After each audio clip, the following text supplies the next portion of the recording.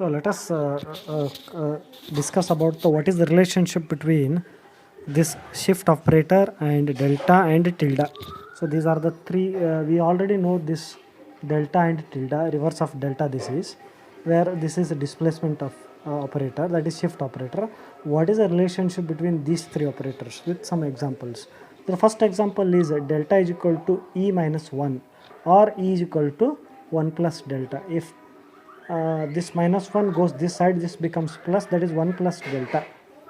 So how to prove this one? Let us have proof of this one. So we have delta f of x is equal to f of x plus h minus f of x. We already know this through the previous problems that we have solved. So delta f of x is equal to e f of x minus f of x. So already we know this in the previous video. F of x plus h is nothing but e f of x minus f of x. So delta f of x is equal to, taking f of x common here,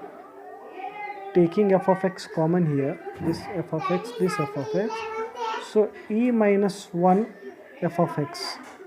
So this f of x and this f of x get cancelled, so delta is equal to e minus 1. So if you take minus 1 to this side, so this becomes e is equal to 1 plus delta.